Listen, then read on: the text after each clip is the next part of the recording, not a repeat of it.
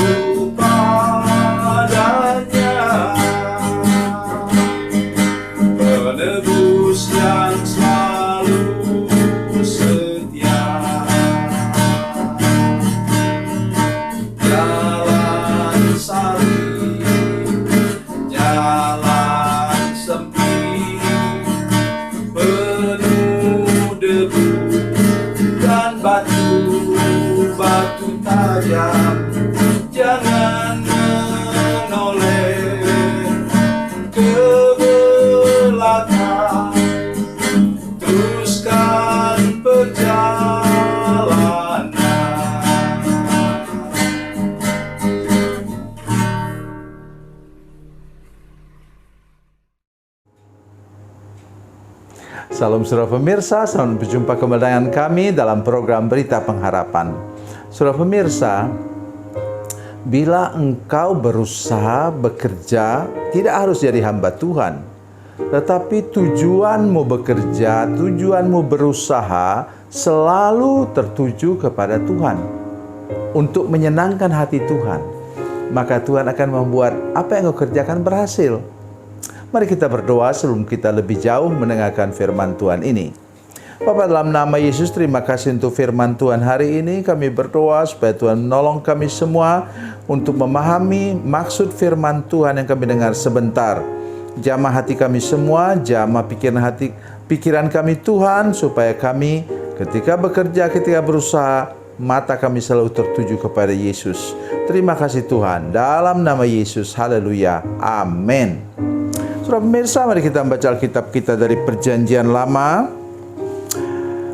Kitab Perjanjian Lama, 2 Tawarikh pasal 15 ayatnya yang ke-7. 2 Tawarikh 15 ayat 7, demikian bunyi firman Tuhan. Tetapi kamu ini kuatkanlah hatimu, jangan lemah semangatmu, karena ada upah bagi usahamu. Amin. Ini firman Tuhan kepada siapa? Kepada Raja Asa.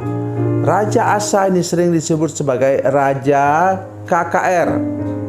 Oleh karena melalui kegerakan rohani yang dilakukan oleh Raja Asa lah, 4 serangkai itu yang dibuang ke Babel itu, Daniel, Hananya, Misael, dan Azaria itu kemudian menjadi orang yang sangat-sangat terkenal di Babel.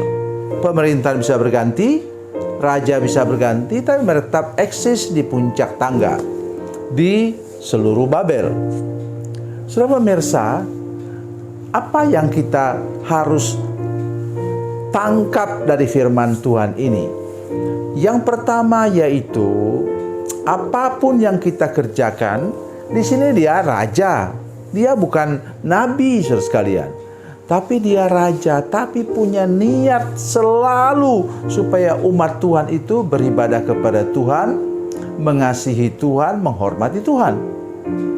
Jadi apapun yang sudah kerjakan, mungkin sudah petani di Kalimantan Barat sana, di kampung kami, mungkin sudah juga seorang guru, banyak di antara cucu saya sekarang, generasi cucu yang juga guru-guru. Apapun yang kau kerjakan, punya niat kerinduan untuk menyenangkan hati Tuhan. Mulai hari ini lebih seringlah menyanyi, menyenangkanmu, senangkanmu. Menyenangkan hati Tuhan. Oleh karena itu engkau akan bekerja, atau seperti saya pernah menjadi guru di satu sekolah terkenal di Jakarta, guru SMP, sampai ketua yayasannya panggil saya. Bagaimana Bapak bisa menjadi guru favorit di antara anak-anak? Padahal saya sudah berkecimpung sudah berapa belas tahun waktu itu menjadi dosen. Tapi ketika saya harus terjun mengajar anak-anak SMP, menjadi guru favorit. Pertama kali katanya, guru agama menjadi guru favorit di sekolah itu. Sampai ketua yayasannya, seorang asing, memanggil saya dan bicara dengan saya. Saya bilang saya mengajar dengan hati. Kalau ada anak-anak sakit, saya bukan kasih mereka nota, kemudian catatan, kemudian suruh pergi ke kepala sekolah dan izin. Bukan. Saya panggil anak-anak, tidak semua orang yang percaya kepada Yesus. Saya panggil anak-anak itu, saya peluk mereka, tumpangkan tangan, dan doakan. Luar biasa, tidak jadi tidak jadi izin. Oleh karena demamnya sudah turun. Itu yang saya bilang kepada ketua yayasan itu. Dan saya berharap bahwa semua saudara sekalian, misalnya di tempat kami, biasanya orang berladang itu berladang bersama-sama, ya. Jadi ada dua macam disebut. Satu disebut dengan gotong royong yang tidak bayar membayar, tapi ada yang sifatnya gotong royong, tetapi kalau sejumlah orang, katakanlah 3 orang dari keluarga itu bekerja untuk saya satu hari, maka saya harus mengirimkan 3 orang keluarga kami ke sana untuk bekerja. Nah, ya, itu yang terjadi di kampung. Nah, pada waktu kita bekerja sama begitu, akan kelihatan siapa kita sebenarnya, ya. Jadi ketika kita bekerja bersama-sama, ada yang bekerja, selesai bekerja satu hari itu, kemudian disiapkan minuman keras. Ya, telerlah orang pulang dari bekerja di ladang, orang jatuh dari jembatan, sekalian. Itu pernah terjadi, sampai saya tulis dalam buku saya. Ya. Di mana kesaksian kita? Lebih baik kita, kalau memang punya uang, ya kenapa tidak bikin kopi susu, ya, untuk orang yang bekerja, supaya, atau bikin bikin lemang atau apa gitu loh. Itu namanya usaha yang berorientasi tertuju kepada Tuhan, tidak mencelakakan orang.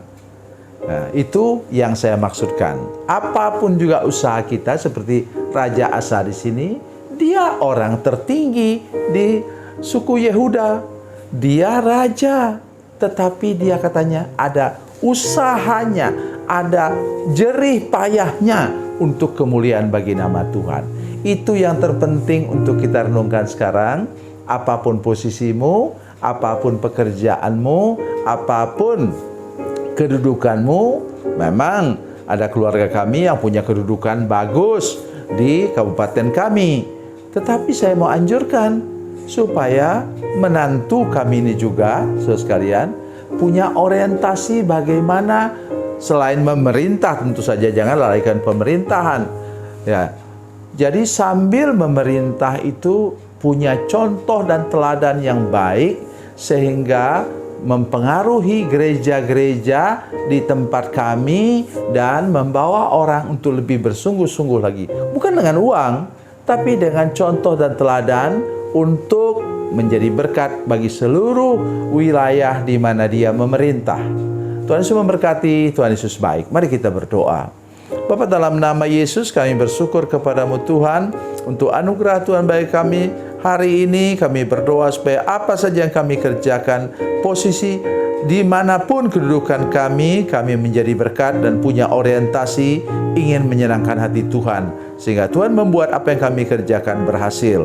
Terima kasih Tuhan. Dalam nama Yesus, haleluya. Amin.